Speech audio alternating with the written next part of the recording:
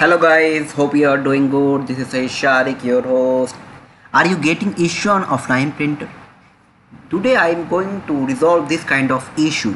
Guys, sometimes we are always stuck on offline printer. There's always getting error while we are printing.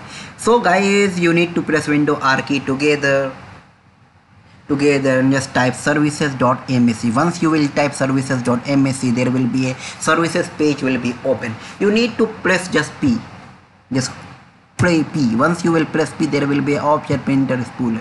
Once you will press printer spooler, there will be an option restart printer spooler. Just need to restart. Once a printer spooler is restarted, you can check here your printer is online. Guys, this is the simple process to online printer. Or there is another way to just if you are still getting issue, you need to restart your PC or server.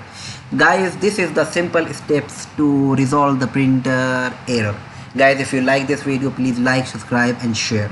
Thanks for watching. Have a nice day.